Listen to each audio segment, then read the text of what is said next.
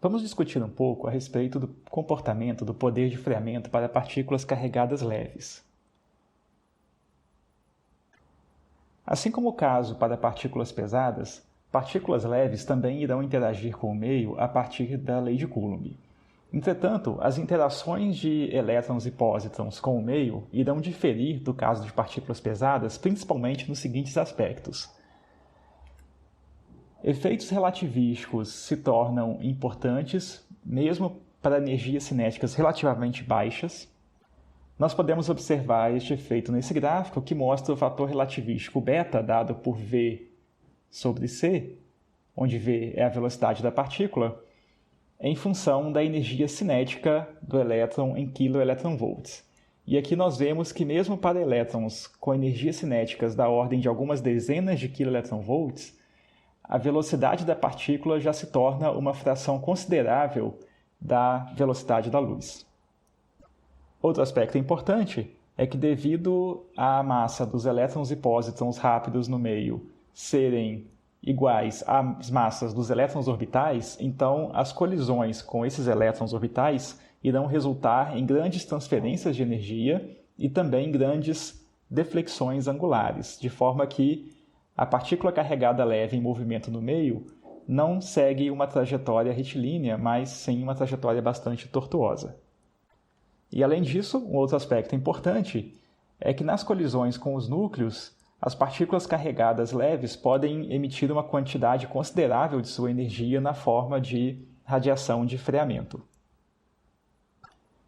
Nós podemos então escrever o poder de freamento máximo para elétrons e pósitrons de forma análoga ao que fizemos para partículas pesadas, separando a contribuição de dois termos distintos, o poder de freamento de colisão e o poder de freamento de radiação. No termo referente ao poder de freamento de colisão, estão incluídas as perdas de energia por caminho percorrido em colisões suaves, quando a partícula carregada passa a uma distância relativamente grande em relação ao raio atômico, de forma que são produzidas principalmente excitações nesse tipo de colisão. Além disso, temos também as colisões duras, quando a partícula carregada passa a uma distância d da ordem do raio atômico, produzindo colisões diretas entre a partícula e os elétrons orbitais, e resultando principalmente em ionizações.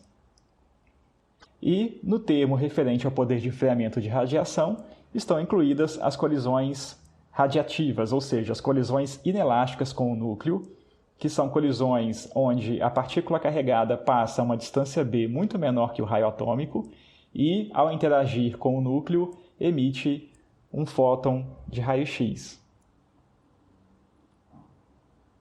Vamos analisar então o comportamento do S de colisão e do S de radiação para partículas leves. Essa figura mostra o comportamento do S de colisão para elétrons em diferentes meios em função da energia cinética do elétron dada em MeV. O S de colisão é representado pelas linhas mais espessas. Então nós temos aqui os comportamentos do S de colisão para água, alumínio e chumbo, ou seja, em ordem crescente do número atômico. E nós temos também nesse mesmo gráfico também representado o comportamento do S de radiação, representado aqui pelas linhas mais finas, para os mesmos materiais, água, alumínio e chumbo, em ordem crescente de número atômico. O que nós observamos então com relação ao S de colisão é que ele é uma função decrescente com o número atômico. Se nós observarmos, à medida que aumentamos o número atômico, passando da água para o alumínio e para o chumbo, as curvas do poder de freamento de colisão se tornam decrescentes. Além disso, é uma função que é decrescente com a energia cinética na faixa de baixas energias, o que seria representado aqui como sendo essa região da curva que decresce até aproximadamente da ordem da energia cinética equivalente à energia de repouso do elétron. Depois, a curva se torna suavemente crescente em altas energias.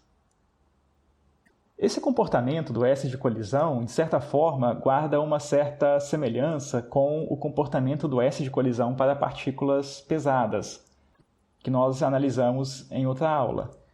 O fato de o S de colisão decrescer com o número atômico, ele ser uma função decrescente em energias cinéticas abaixo da energia de repouso da partícula e ser levemente crescente para energias altas, ou seja, energias bem acima da energia de repouso da partícula.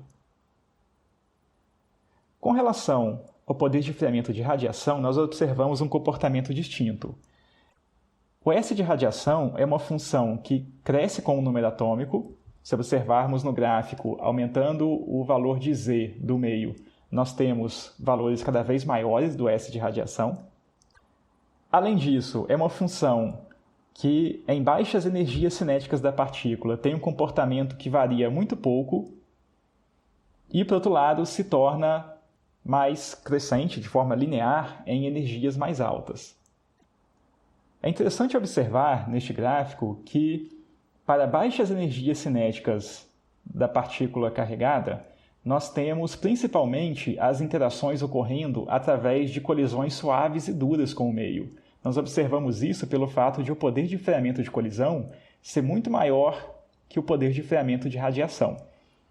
Por outro lado, para partículas mais rápidas, à medida que aumentamos a energia cinética, nós vemos que a importância das interações radiativas com o núcleo cresce, de forma que em energias da ordem de acima de 10 MeVs, elas se tornam bastante relevantes, inclusive em alguns materiais, se tornando a interação predominante.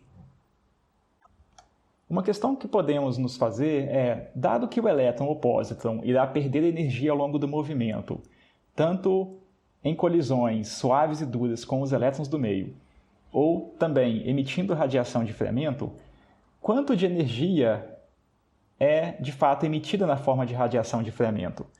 Esta quantidade é quantificada a partir de uma grandeza chamada de rendimento de radiação. Por definição, essa grandeza corresponde à fração da energia cinética inicial que a partícula possuía e que será convertida em radiação de enfriamento até a partícula ser totalmente freada no meio, ou seja, atingir a energia cinética igual a zero. Matematicamente, nós podemos calcular essa fração a partir do poder de enfriamento da partícula, fazendo a razão entre o poder de enfriamento de radiação pelo poder de enfriamento total e integrando isso ao longo de todo o movimento, ou seja, desde uma energia cinética inicial EK0 até uma energia cinética final igual a zero. Quando normalizamos esta integral pela energia cinética inicial da partícula, nós temos então o rendimento de radiação, que seria a fração dada por Y maiúsculo, que representa justamente a fração da energia cinética que será emitida na forma de radiação de enfriamento. Aqui nós temos representado graficamente o comportamento do rendimento de radiação, já expresso em porcentagem, em função da energia cinética do elétron em MeVs para diferentes materiais. Nós vemos inicialmente que o rendimento de radiação é uma função crescente com energia, o que significa que, quanto maior a energia cinética da partícula, maior será a fração dessa sua energia que será convertida em radiação de enfriamento ao longo do movimento.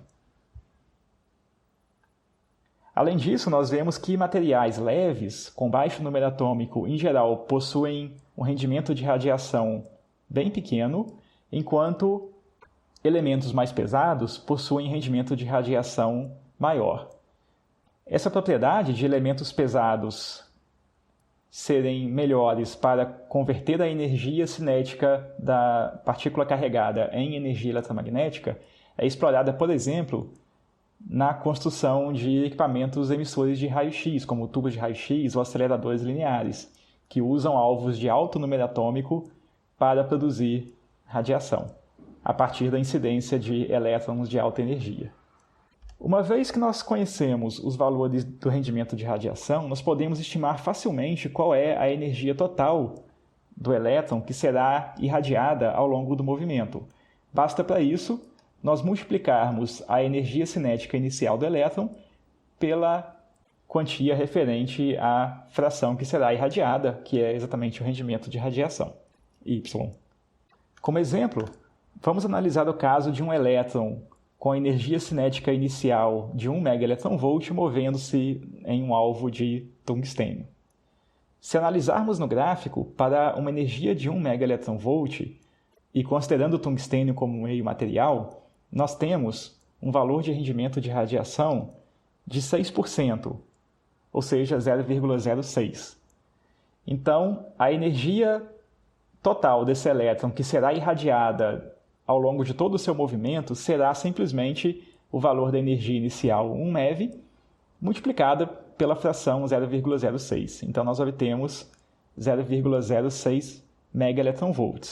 Consequentemente, do total de 1 MeV, 0,06 será emitido na forma de radiação de freamento. Os outros 0,94 MeV serão gastos fazendo colisões suaves e duras com elétrons orbitais do meio.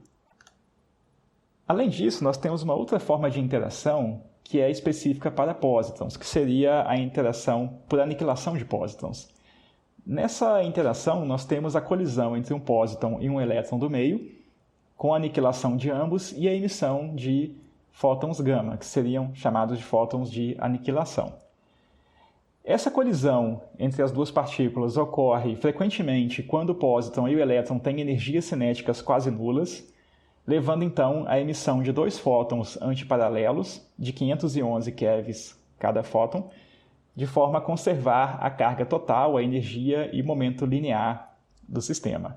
Então aqui nós temos representados o pósitron em movimento, quando sua energia cinética se aproxima de zero e ele colide com um elétron orbital, nós temos então a aniquilação das duas partículas e a conversão da energia de repouso de ambas em energia eletromagnética para dois fótons antiparalelos. Algumas observações sobre esse efeito é que, em uma pequena porcentagem de vezes, o pósitron pode ser aniquilado quando ele ainda possui uma quantidade de energia cinética.